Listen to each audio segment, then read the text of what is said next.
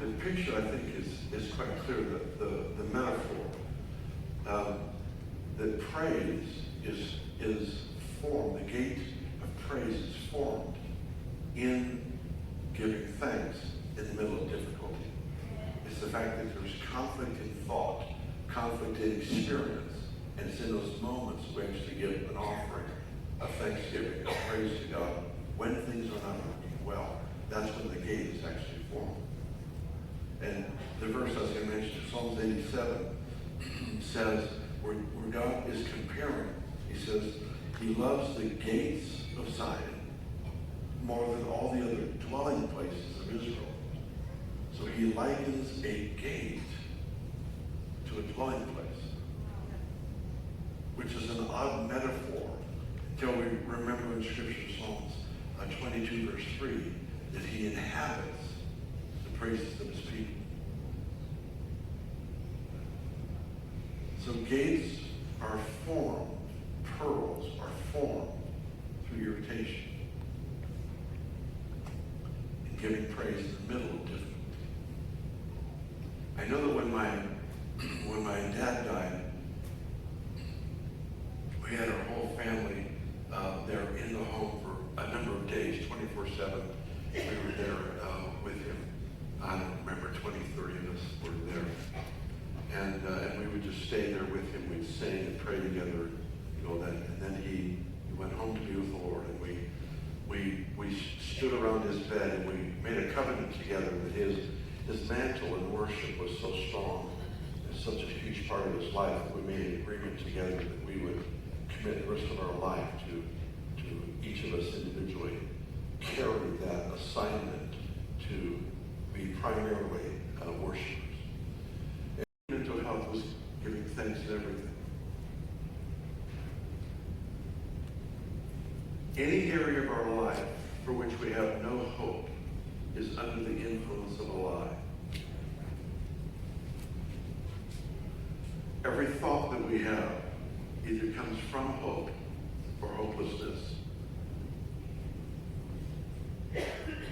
Our thoughts come from one of two places. I'll change the titles. From fear or love. Our thoughts, our ambitions, our reactions, everything about our life can fall into one of two categories. It's either motivated by fear or it's motivated by love. Another term we could use for this context would be hope or hopelessness. Same thing. Our thoughts, in Romans 12, it says, it's interesting verse, in verse 3 of Romans 12, it says, to not think more highly of yourself than you should. And then it says, but to think according to faith.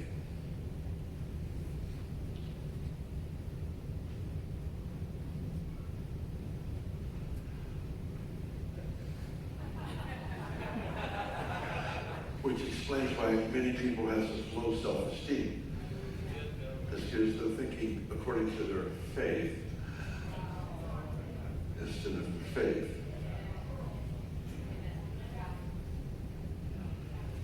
It's a good point. So just run through this Romans 12 passage was not in my middle of the night experience. Right? Just throwing it in for free. Don't think too highly of yourself. Here's what the prophetic does. The prophetic always gives us an opportunity to run in faith or to run in fantasy.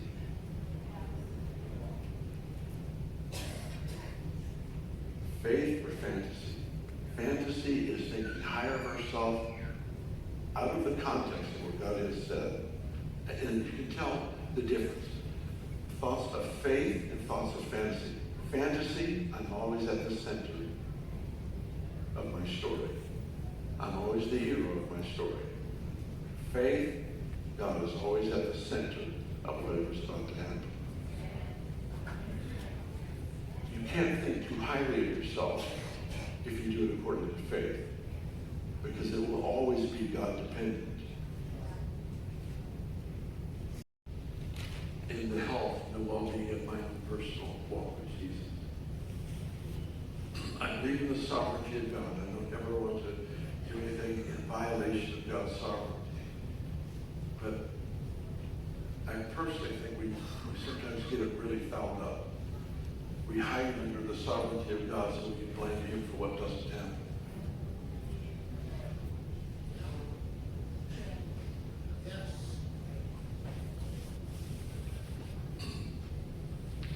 Well, God works mysterious ways. We don't know why it wasn't his will to heal someone or deliver someone or save someone or fix this situation.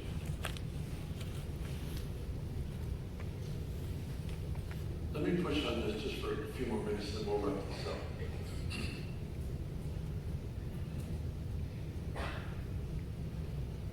It's my personal conviction that we owe the world answers to prayer. Let me rephrase it. We owe God answers to prayer.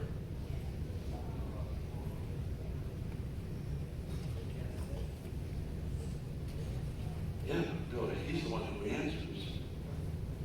I know, but he's already determined to answer. So if it's not happening, find out why.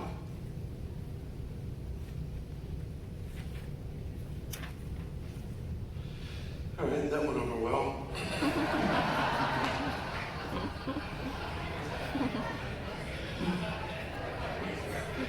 All right, Mark chapter 9. Let me just go through the story with you. A dad brings his son, who's sick, demonized, to the disciples. Now, I remind you, the disciples are not ignorant. They're the most trained people to ever walk the earth up to this time in deliverance, with the exception of Jesus. They have experienced it. They've seen it through Jesus. They saw it through their own ministry. They've seen what it takes to bring healing and deliverance to people. So when the dad brings this child to them, and they can't bring deliverance to this child, they are bewildered. Jesus comes along and says, "How long shall I be with you?" Which was a question he seemed to ask a lot. And he brought deliverance to the child. Here's the part of the story that grabs me. The disciples, it says, and the disciples, when they saw that Jesus brought deliverance to this child, took him aside and said, "Why could we not cast out the demon?" Jesus then said, "This kind only comes out with prayer and fasting," which is interesting, because Jesus didn't have time to fast. See, if you have it in your account, you can make a withdrawal.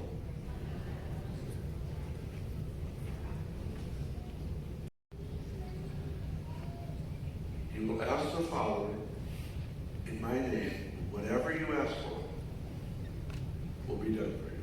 Now, I taught it years ago. I've heard others teach it, that what he's actually saying there is when we pray, when he tells us to pray, he will answer.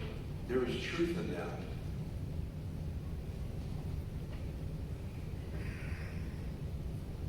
But that explanation bothers me. Because the Lord invites us into a relationship where he makes himself vulnerable to the desires of his people. We're not robots programmed to repeat memorized prayers. I'm not opposed to memorized prayers. I think the Bible's filled with them. I have no problem with that. But there, at some point, the cry of our heart has to be made known. In the sovereignty of God, I look at it and say, God birthed that cry in our heart. But it's not a programmed prayer. Does that make sense? You believe that? So here it is. You will ask the Father in my name, whatever you ask for will be done for you, that your joy may be full. All right? Answered prayer, fullness of joy. Proverbs 13:12 says, hope deferred makes the heart sick, but desire realized is a tree of life. Tree of life defines or reveals eternal purpose. Desire realized. Tree of life. Fulfilled dreams. Fullness of joy.